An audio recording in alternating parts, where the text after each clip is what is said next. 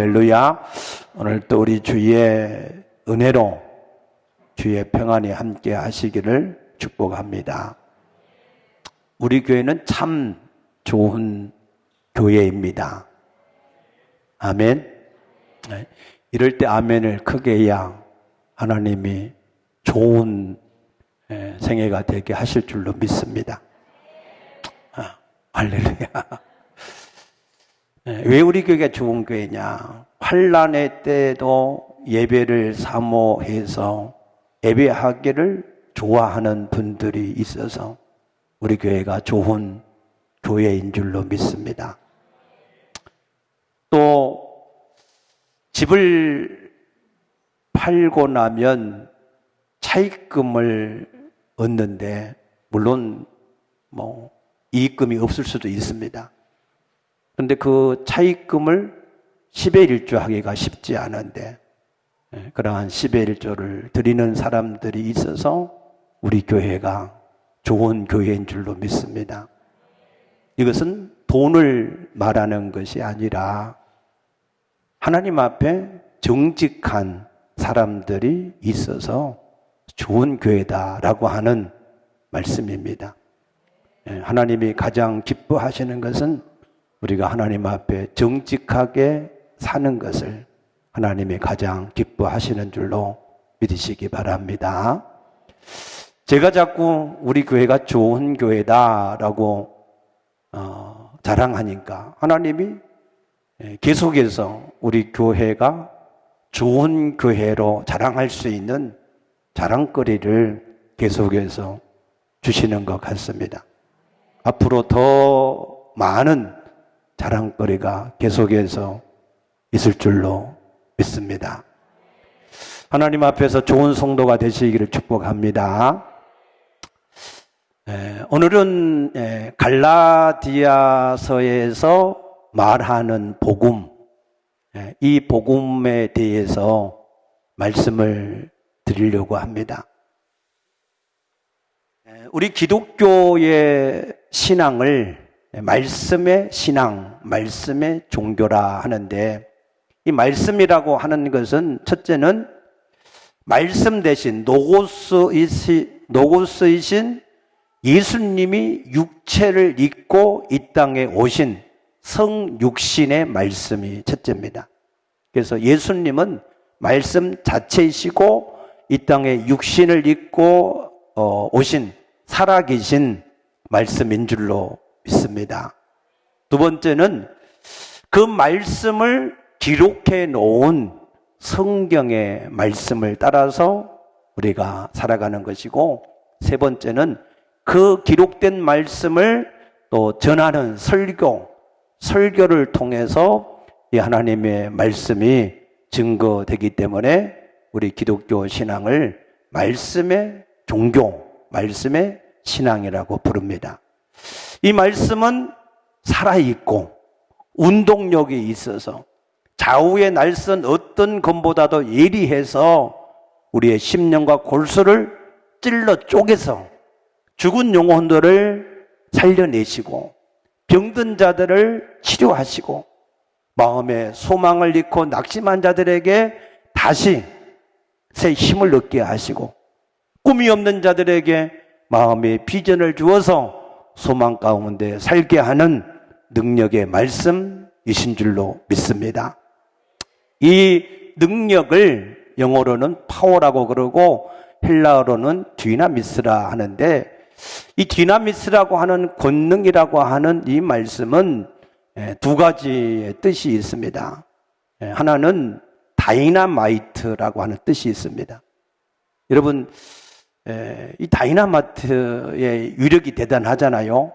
큰 바위산 같은 것도 구멍을 몇 군데 뚫어가지고 거기에다가 다이나마이트를 넣어놓고 폭발을 시키면 그 엄청난 바위산이 쾅 하는 소리와 함께 완전히 무너져 내리는 이런 모습들을 볼 수가 있습니다. 다이나마이트의 능력이 대단합니다. 우리 한국 사람들은 체질이 빨리빨리 하는 걸 좋아해가지고 은혜도 이게 다이나마이트 같은 은혜, 갑자기 막 은사가 임하고 능력이 임하고 그래서 뭐 열정적으로 뭔가를 또 열심히 하는 이런 은혜를 사모해요. 좋은 은혜입니다. 그러나 이 디나미스 속에는 다이나마이트 같은 은혜만 있는 것이 아니라 다이나믹한 은혜가 있습니다. 다이나믹은 봄볕에 얼음이 녹듯이 서서히 전혀 표시가 안 나면서 조용하게 그렇게 이 얼음을 녹이는 그런 능력입니다. 그래서 이런 이 은혜를 받으면 사람이 별로 표시가 안 나는데 어떤 일을 하되 꾸준하게 변함이 없이 계속해서 지속적으로 하는 그런 은혜가 있습니다. 그래서 우리가 때로는 다이나마이트 같은 능력도 필요하고, 그러나 일시적으로만 하는 것이 아니라 우리가 지속적으로 충성스럽게 할 수 있는 다이나믹한 그러한 은혜도 우리에게 필요한 줄로 믿습니다. 이 두 가지 은혜가 오늘 우리 모두에게 임하기를 주의 이름으로 축복합니다. 아멘. 그리고 성경에는 이제 각 성경을 이제 이끌어가는 그러한 핵심 구절들이 있습니다. 그 핵심 구절들을 우리가 키워드라 그러는데, 예를 들면은 창세기는 시작의 책이죠. 그래서 창세기 1장 1절에 태초에 하나님이 천지를 창조하시니라. 사실 이 말씀 한마디를 통해서 모든 생애를 새롭게 변화받은 그런 사람들도 많이 있습니다. 그래서 창세기에서는 모든 것들이 하나님께로부터 시작되어진 이 일들이 되어졌음을 선포하는 말씀이 있는가 하면, 사복음서에서는 마태복음 16장 16절 같은 말씀, 주는 그리스도시고 살아계신 하나님의 아들이십니다 라고 하는 고백을 통해서 죄를 사함받고 생명을 얻고 풍성히 얻는 그러한 삶이 우리에게 이루어지게 하는 말씀이 있고, 사도행전 같은 경우에는 사도행전 1장 8절에 오직 성령이 너희 가운데 임하시면 너희가 권능을 받고 예루살렘에서부터 온 유대와 사마리와 땅끝까지 이르러서 내 증인이 되리라 하신 말씀대로 사도행전 전체가 어떻게 이루어질 것인가를 나타내는 그런 말씀이 있고,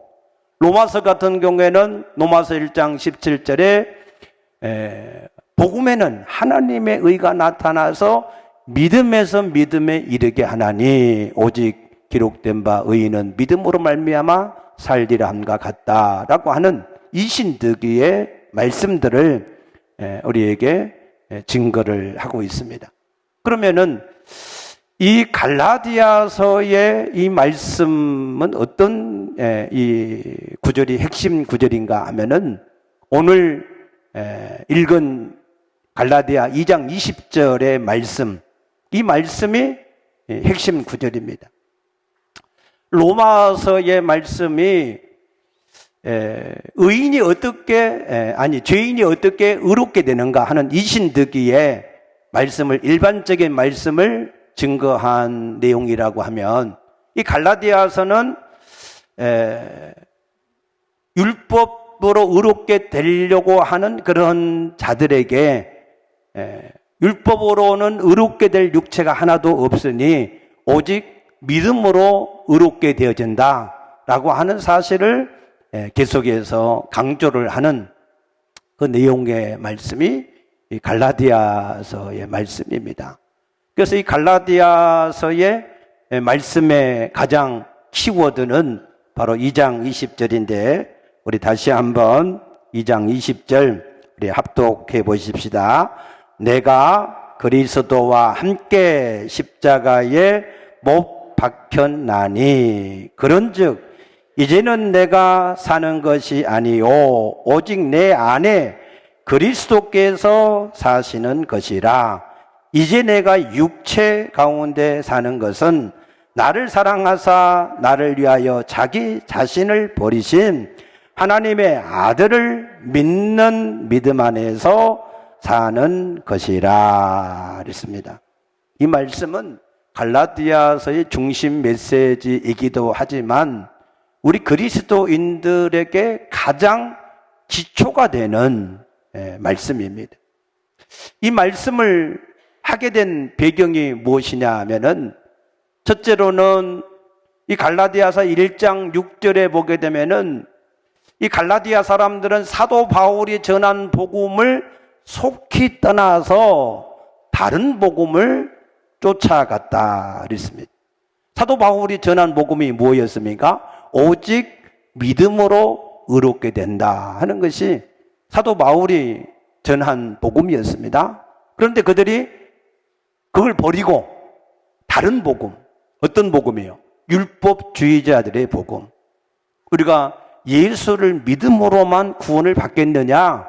그래도 모세가 전해준 율법, 그 중에서도 할례 같은 것은 우리가 반드시 받아야 구원을 받는 것이지, 우리가 예수만 믿는다고 죄를 사함받고 구원받겠느냐라고 하는 그런 것에 대한 유혹입니다. 유혹.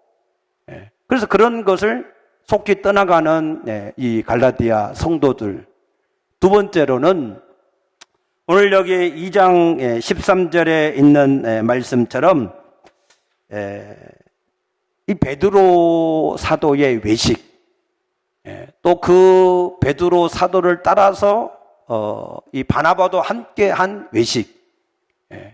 무슨 외식이었습니까? 이것은 베드로 사도가 안디옥에 가서 이방인들하고 함께 식사를 하는데 야고보에게서 온 사람들, 그 야고보가 감독하라고 보낸 사람들이 아니라 그냥 야고보가 있는 예루살렘에서 온 사람들이 거기 온다 하는 정보를 듣고 밥 먹다가 그냥 도망가 버린 거예요. 내가 할 일이 있는데 깜빡 잊고 왔다. 내가 급한 일이 있는데 그런데 내가 그 일을 내가 하다가 잊어먹고 왔다. 슬그머니 도망가 버리는 거예요. 그러니까 그거를 보고 있던 바나바도 그들에게 말씀을 가르친 사람들인데 함께 또 도망가 버리고, 함께 있던 유대인들이 다 그래서 또 도망가 버리고,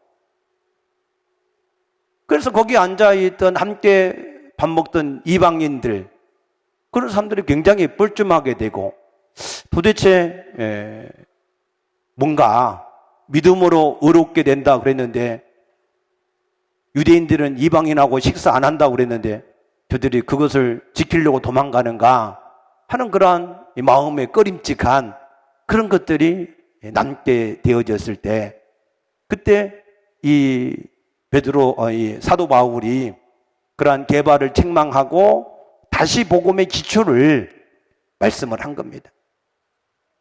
우리가 여기서 아니 베드로 사도가 왜 도망갔을까? 그가 그러한 내용에 대해서 지식적으로 너무나 잘 알아요. 사도행전 10장 말씀 보게 되면 이 베드로 사도가 피장 시므온 집에서 기도하는데 하늘에서 보자기가 내려왔잖아요. 그 보자기 안을 들여다보니까 각종 짐승이 있는데 유대인으로서는 먹을 수 없는 율법으로 금한 그러한 짐승들이 가득하단 말이에요. 그래서 그걸 보고 있는데 하나님의 음성이 들렸습니다. 베드로야, 일어나 잡아먹으라. 베드로가 깜짝 놀라서 주여, 내가 지금까지 이러한 짐승을 먹지 않았는데 어떻게 잡아먹습니까? 하나님이 또 말씀합니다. 내가 깨끗하게 한 것을 내가 더럽다고 부정하다고 하지 말라, 잡아먹으라는 것이었습니다. 그와 같은 환상이 3번이나 이게 나타난 겁니다. 그런데 마침 그때 이 고넬료가 보낸 사신들이 와서 고넬료 백부장이 당신을 집으로 초대하니까 같이 가자고. 하나님께서 나를 보내시나 보다. 그래서 이 베드로가 고넬료 가정에 가서 예수 그리스도의 복음을 전할 때에 그들에게 유대인과 똑같이 성령의 은혜로 그들에게 내려온 것을 보고 하나님은 유대인과 이방인을 믿음으로 구원을 하시는구나 하는 것을 거기서 깨닫게 되어져서, 그래서 그 고넬료 집에서 며칠 동안 묵으면서 같이 밥 먹고 살았단 말이에요. 그리고 예루살렘에 돌아와서 이 이방인들이 주께로 돌아오는데 어떻게 해야 되느냐 하는 공회를 할 때 이 베드로가 그 자기 경험을 간증을 하는 거예요. 간증. 그래서 내가 전에 이래해서 이러한 일이 있었는데 하나님이 유대인이나 이방인에게 모두가 다 똑같이 행위가 아닌 은혜로 성령을 주시는 것을 내가 보았다. 그러니 더 이상 이 이방인들이 주께 돌아오는 일에 대해서 무거운 멍에를 그들에게 매게 하지 말자 하고 야단을 쳤던 사람이 베드로였습니다. 그런데 왜 밥을 먹다 도망갔을까? 왜 그랬을까요? 잊어먹은 거야. 잊어먹은 거. 뭘 잊어먹었어요? 내가 그리스도와 함께 십자가에 못 박혔나니 하는 사실을 누구보다도 머리로는 잘 아는데 그것이 순간순간 잊어먹어지는 거, 잊어먹어지는 거. 우리는 왜 그렇습니까? 우리도 다 잘 알지요.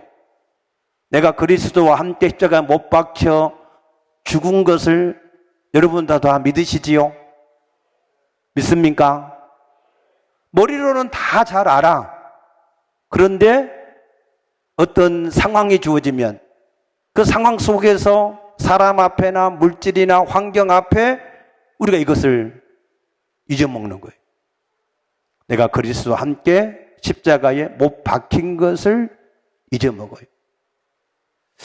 내가 못 박혔으면 그 다음에 어떻게 됐다고 그랬죠? 이제부터는 어떻게 사는 거라고 그랬어요? 그런즉 이제는 내가 사는 것이 아니요.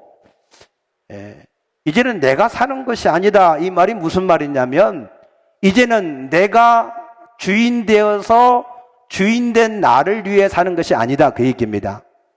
무슨 뜻인지 이해되셨습니까? 내가 그리스도와 함께 십자가에 못 박혀 죽었다. 그 죽은 것은 자기가 자기 주인 되어서 자기를 위해서 사는 것이 죽었다. 그 말입니다. 우리가 죽음을 뭐라고 그래요? 성경에서 죽음은 분리된 걸 말해요. 분리. 그러니까 내가 이제는 나의 주인으로 내 생각 가지고 나를 위해서 살았는데 내가 이미 죽었다 그 말이에요. 여러분, 예수와 함께 십자가에 죽으셨음을 믿습니까? 이 죽음이 우리에게 필수예요. 필수. 어떤 분은 내가 예수 대충 믿고 내 생각대로 신앙생활 하다가 나는 천국이나 가겠다. 그렇게 생각을 하고 있는데 예수님이 왜 갑자기 예수와 함께 십자가에 죽어야 된다. 그런 험한 말을 하시느냐. 그렇게 오해하실 수도 있을 거예요. 그런데 오늘 이 말씀을 우리가 잘 깨달아져야 정말 편안하게 신앙생활 하다가 천국 갈 수 있습니다. 이게 안 깨달아지면 절대 평안하게 신앙생활이 안 돼요. 결코 천국에 갈 수 없습니다. 내가 그리스도와 함께 십자가에 못 박혔나니 못 박혀 죽었다. 왜 죽어야 됩니까? 죄의 삭은 사망이요, 사망. 그러니까 이 사망이 아니고는 빠져나올 수 있는 방법이 없어요. 율법이 613가지인데 이 613가지 중에 한 가지만 범해도 율법 전체를 범한 자가 돼버리는 겁니다. 그러면은 그 율법에 의하여서 죄의 삭은 사망이다 하는 것이 이미 정해져 있어요. 이거는 성문법이야. 이건 바꿀 수 없어요. 하나님의 계명입니다. 그러면은 누구나 다 이 사망을 당하는데 그 사망이 두 가지 사망이에요. 이 땅에서 첫 번째 사망은 육체와 영혼이 분리되는 사망이고 두 번째 사망은 영혼이 하나님 나라와 분리되는 사망입니다. 그래서 누구나 죄가 있는 사람은 누구나 이 사망을 당할 수밖에 없는 것이 현실입니다. 그런데 성경은 뭐라고 선포하지요? 로마서 3장 10절에 의인은 없나니 뭐가 없어요? 하나도 없다. 한 명이라도 있다 그러면 혹시 내가 거기에 포함됐을까라 위로를 받을 수 있는데 성경이 뭐라고요? 한 명도 없다. 한 명도. 아멘입니까? 죄인임을 고백하십니까? 죄인임을 고백을 크게 하는 사람이 은혜를 크게 받아요. 죄가 더한 곳에 뭐가 더해요? 은혜가 더한다.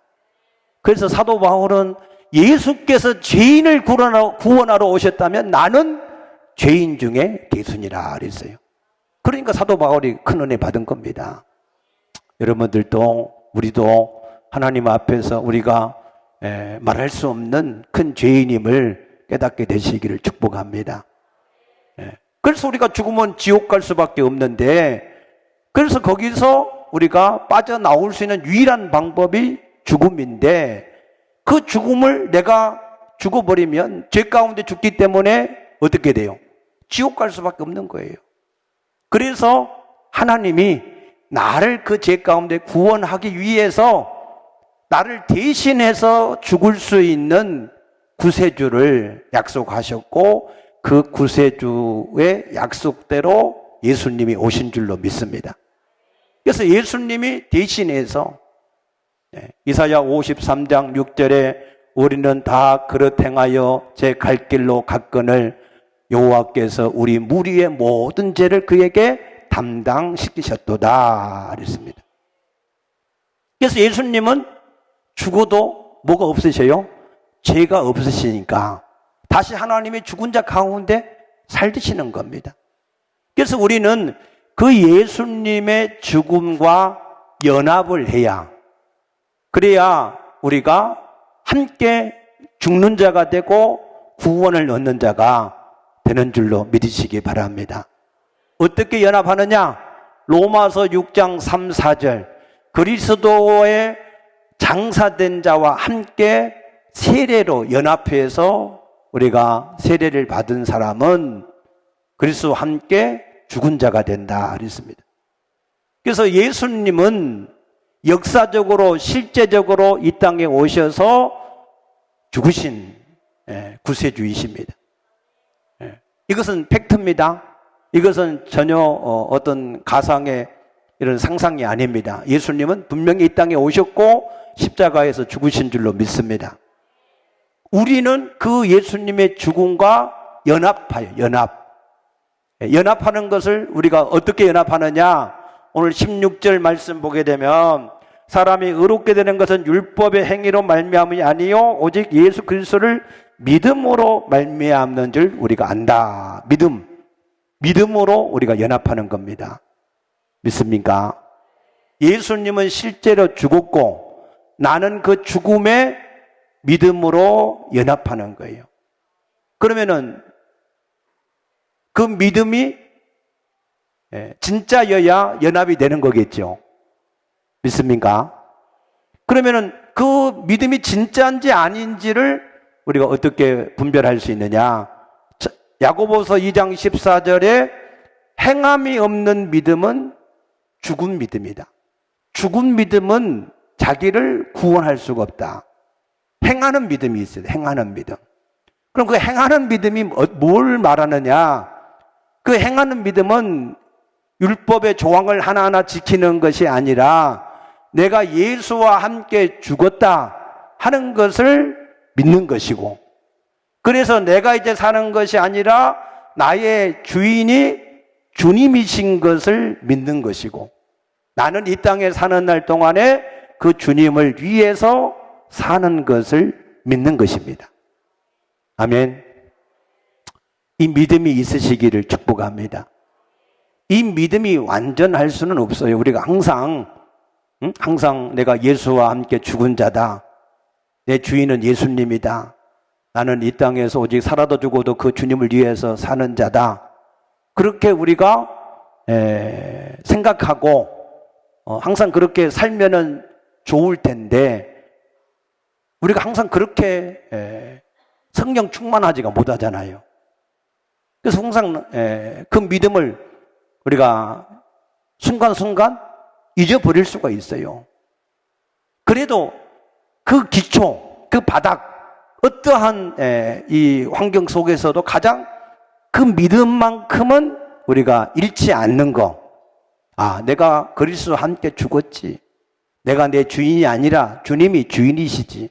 나는 오직 사나 죽으나 그 주님을 위해서 사는 것이지. 믿습니까? 이걸 늘 우리가 깨닫고 우리가 순간순간 돌이키고 돌아가는 거예요. 거기에 대한 믿음이 있어야 된다, 그 얘기입니다. 예수님이 주인이시라면, 그렇죠? 베드로 사도가 주인이 아니라 예수님이 자기 주인이라면 이방인들하고 식사를 했을 때에 누가 온다고 해서 도망갈까요? 안 갈까요? 안 가요. 왜? 예수님은 그렇게 안 하셨거든. 마태복음 9장 9절에 보게 되면은 예수님이 세관에 앉은 마태를 부르시어서 제자를 삼으시고 그 집에 들어가서 함께 많은 세리와 많은 죄인들과 함께 잡수셨어요. 그걸 보고 바리새인들이 왜 너의 선생은 많은 죄인들과 함께 잡수시냐 하니까 그 마음의 중심을 아시고 예수님이 이렇게 말씀하셨어요. 건강한 사람에게는 의원이 쓸 데가 없고 병든 사람에게야 쓸 데가 있다. 나는 의인을 부르러 온 것이 아니라 죄인을 부르러 왔노라. 믿습니까? 얼마나 감사한 말씀인지 몰라요. 예. 죄인을 부르러 오신 예수님이 죄인과 함께, 이방인과 함께, 물론 유대인도 죄인입니다. 근데 자기들 스스로는 죄인이 아니라고 생각해요. 선민이라고 생각하고 율법으로 어렵다고 생각합니다. 그러나 실상은 죄인이야. 죄인인데, 그런데 또 다른 이방인들과 식사하는 것을 예수님이라면 당연히 그냥 하는 것들이 정상적으로 생각을 하고 당연히 그렇게 하셨을 겁니다. 그런데 그렇게 하지 못한 것은 뭐 때문이라고요? 베드로가 내가 그리스도와 함께 십자가에 못 박혀 죽고 자기의 주인이 예수님인 것을 잊어먹은다, 그 말이에요. 그런 것처럼 이 베드로 사도도 그러한 경험이 풍성하고 다 알지만 어떤 상황 속에서 자꾸 그걸 잊어먹는다는 거예요. 우리도 자꾸 그걸 다 아는데 그걸 모르신 분이 있습니까? 다 아시지요? 아멘입니까? 그런데도 생활 속에서 우리가 자꾸 그것을 잊어먹은다, 그 말이에요. 그래서 우리가 그 사실에 대한 믿음을 계속해서 리바이벌 다시 생각하고 묵상하고 늘 이 말씀을 우리가 묵상을 해야 돼요. 그래야 그거 안 잊어먹어. 그냥 묵상을 안 하고 있으면은 잊어먹어요. 그래서 여호수아 1장 8절에 이 율법 책을 내 입에서 떼지 말고 그것을 주야로 묵상을 하라 그랬어요. 그래야 그 말씀대로 우리가 행할 수 있다는 겁니다. 그게 안 되면 아무리 뛰어난 베드로를 할지라도 그런 상황 속에서 잊어먹고 이렇게 외식을 할 수밖에 없다는 겁니다. 믿습니까? 그래서 우리가 예수를 주인으로 모시게 됨으로 인해서 우리에게 주신 축복이 뭘까요? 축복은 주인이 바뀌어짐으로 모든 책임을 이제는 주님께서 져주신다는 겁니다. 할렐루야. 여러분이 여러분의 인생의 주인이 되어서 살아갈 때 무엇을 입을까 먹을까 마실까, 내 장래는 어떻게 될 것인가, 내 자식들은 어떻게 될 것인가 하는 염려와 책임의식 때문에 근심이 많이 있으셨잖아요. 그러나 이제는 그를 염려를 할 필요가 전혀 있다 없다? 없다는 거예요. 왜? 주인이 바뀌었으니까. 할렐루야. 내가 주인일 때는 내가 그 모든 걸 책임지고 내가 염려했는데 이제는 주인이 바뀌었으니까 더 이상 우리가 뭐 할 필요가 없어요? 책임질 필요가 없어요. 아멘입니까? 그래서 마태복음 6장 31절에 너희가 무엇을 입을까 먹을까 마실까 염려하지 마라. 이것은 다 이방인들이 구하는 것인데 너희 하늘 아버지께서는 이 모든 것이 너에게 있어야 할 줄을 아시느니라. 아멘. 우리가 우리 책임을 안 진다니까 얼마나 좋아요. 아멘입니까? 예. 이것이 확 속히 깨달아져야 여러분의 모든 염려에서 자유가 생기게 될 줄로 믿습니다. 예수님이 또 뭐라고 말씀하셨어요? 요한복음 10장 11절에 나는 선한 목자라 양떼를 위하여 내 목숨을 버린다 그랬어요. 목자와 양의 관계는 잘 아시잖아요. 양은 그냥 아무 책임이 없어요. 목자가 그 양을 푸른 초장과 실만한 물가와 위험한 곳과 어떤 이 사나운 짐승에서 다 지켜주고 보호하시는 겁니다. 아멘입니까? 그래서 주님이 나의 주인 되시니까 우리가 할 일은 뭐가 하면 돼요? 우리는 이제 주님 앞에 얘기만 잘하면 돼. 보고만 잘하면 됩니다. 그래서 예수님이 마태복음 7장 7절에 뭐라고 그러셨을까요? 구하라. 그리하면 주실 것이요. 찾으라. 그리하면 찾아낼 것이요. 문을 두드리라. 그리하면 너에게 열려질 것이라. 아멘. 이제부터는 우리가 이 주인 되시는 주님 앞에 보고만 잘하면, 말씀만 잘 들으면, 그러면 우리가 더 이상 염려할 필요가 없습니다. 할렐루야. 우리 주님은 참 세밀하셔요. 아마 교회에 자주 오셔서 화장실을 이용해 보신 분들은 우리 2층 화장실에 가끔 한 번씩 이 정화조 냄새가 이게 있는 것을 아마 아실 거예요. 아시는 분들은 교회 자주 오시는 분들이고 모르시는 분은 은혜고. 냄새 나는 거 느끼셨어요? 그 냄새 나는 것 때문에 너무 스트레스가 되고, 아니 어떻게 공사를 했길래 냄새가 나느냐. 그래서 설비하는 사람을 다시 불러다가 정화조 걸 다 변기를 뜯어가지고 다시 안 치기도 하고, 그래도 또 좀 있으면 또 냄새 나고, 또 정화조 관리한 사람 불러서 또 그거 다 이렇게 어떻게 하는지 또 이렇게 해달라고 해도 또 그래도 냄새가 나고, 이게 뭐 내세가 이게 가시질 않는 거예요. 또 어떨 때는 또 안 나고 괜찮을 때도 있어요. 근데 냄새가 올라오면은 그 냄새가 그냥 온통 2층 여자 화장실, 남자 화장실 그쪽으로 가지 냄새가 그냥 너무 진동을 하는 거예요.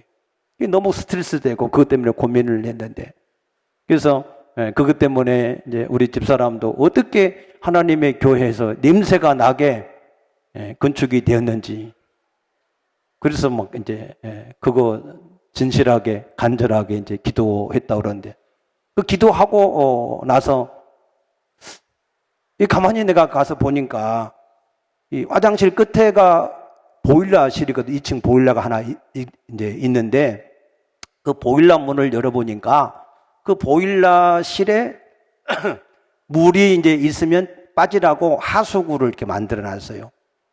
근데 보통 하수구를 공사하면 이제 거기에 물이 차게 돼가지고 밑에서 속에서 냄새가 안 올라오게 이제 보통 시설을 그렇게 하는데, 그 하수구는 보니까 그냥 파이프 하나만 꼽아 놓은 거야. 정화조하고 연결된 그 파이프에서 냄새가 그냥 나올 수밖에 없더라고. 그래가지고 그것을 7년 만에 발견했어. 대단하지, 그죠? 뭐하고 나니까 기도할 때 하나님이 그 발견하게 하셨어요. 그래 7년 만에 그거를 이번에 완전히 그냥 아예 물 안 내려가도 좋으니까 아예 그냥 냄새가 지겨워서 그냥 봉해버렸어요. 그랬더니 냄새가 전혀 없는 줄로 믿습니다. 할렐루야. 우리가 기도할 때 하나님께, 우리는 주인이 주님이시니까 우리는 이제 걱정하지 말고 그 주님 앞에 얘기만 하면, 보고만 잘하면, 그러면은 주님께서 때를 따라서 돕는 역사로 역사하시는 줄로 믿습니다. 마태복음 18장 18절에 두 사람이 합심해서 기도하면 무엇이든지 너희를 위하여서 응답을 하리라 그랬습니다. 합심 기도의 능력이 대단합니다. 여러분 가정에서도 합심해서 기도할 수 있게 되기를 축복합니다. 미국 아브라함 링컨이 대통령으로 있을 때 남북 전쟁이 있었잖아요. 그런데 그 전쟁에서 북군이 자꾸 패배를 해요. 왜냐하면 남부군에 로버트리라고 하는 명장이 있었어요. 그래서 이 사람이 지휘를 해가지고 전쟁을 하니까 북군이 자꾸만 패전을 하고, 그래서 나중에는 워싱턴 DC까지 내주게 생겼어요. 그래서 이 아브라함 링컨 대통령이 유대인의 대속죄일인 7월 10일 날 모든 국민은 다 하나님 앞에 금식하며 기도하자. 그렇게 해서 그 한날 금식을 하고 기도를 했는데, 그 다음 전쟁에 게티스버그라고 하는 전쟁을 했는데, 거기에서 지휘를 했던 미드 장군이라고 하는 장군으로부터 승전보가 날라왔습니다. 우리가 북군을 다 물리치고 승리했습니다 라고 하는 승전보가 날라왔는데, 그 전쟁 이후로 북군이 계속해서 승전을 해서 결국에는 북군의 승리로 전쟁이 끝났습니다. 기도할 때 하나님께서, 우리가 합심해서 기도할 때 하나님의 능력으로 모든 일들이 우리에게 이루어지고 있음을 믿으시기 바랍니다. 우리나라가 1945년 8월 15일 날 해방이 됐지요. 그런데 그 해의 12월 달에 얄타 회담, 미국, 영국, 중국, 러시아 네 나라가 얄타에서 회담을 했는데, 우리나라를 그냥 해방시키지 말고 신탁 통치를 5년간 해야 된다. 그렇게 결정을 해버렸어요. 그래서 저 북쪽에서는 그 신탁 통치를 좋다고 받아들였는데, 우리나라의 당시 정부도 없고 대통령도 없는데 이승만 박사나 김구호 선생 같은 분들이 이것은 우리가 수용할 수 없다. 그래서 교회가 거기에 같이 연합해서 1946년 1월 달에 모든 교회가 금식하며 기도했습니다. 그것이 신탁 통치가 되지 않도록 해달라. 그렇게 기도했는데, 그 2주 후에, 그 기도가 끝난 2주 후에 신탁 통치는 없는 것으로 한다. 그렇게 그것이 철회가 돼가지고, 그래서 우리나라가 1948년 8월 15일 날 우리나라 정부가 세워지게 된 줄로 믿습니다. 우리나라 교회가 우리나라에 그처럼 함께 기도하면서 지켜올 때, 6.25 때도 인천 상륙작전 불가능했잖아요. 하나님 앞에 기도할 때 그것도 이루어지고, 우리나라가 위기가 올 때마다 한국교회가 기도할 때 하나님께서 이 나라 이 민족을 여기까지 도우신 줄로 믿습니다. 그래서 우리가 주인이 우리가 아닌 거 얼마나 감사해요. 주님께서 주인 되어 주셨으니 얼마나 감사합니까? 여러분, 이 축복을 누릴 수 있게 되기를 축복합니다. 여러분이 여전히 주인으로 있으면 여러분 마음대로 잠깐 사는 것 좋은 것 같은데, 조금 있으면 정말로 땅을 치고 후회할 일이 생길 수밖에 없습니다. 그러나 주님을 주인으로 바꾸면 이 땅에서도 아무 염려를 할 필요가 없고, 또 주님의 나라에서도 우리가 환영받게 될 줄로 믿습니다. 여러분, 주인을 바꾸시어서 세상을 이기는 자들이 될 수 있게 되기를 주의 이름으로 축복합니다. 아멘. 기도하십시다.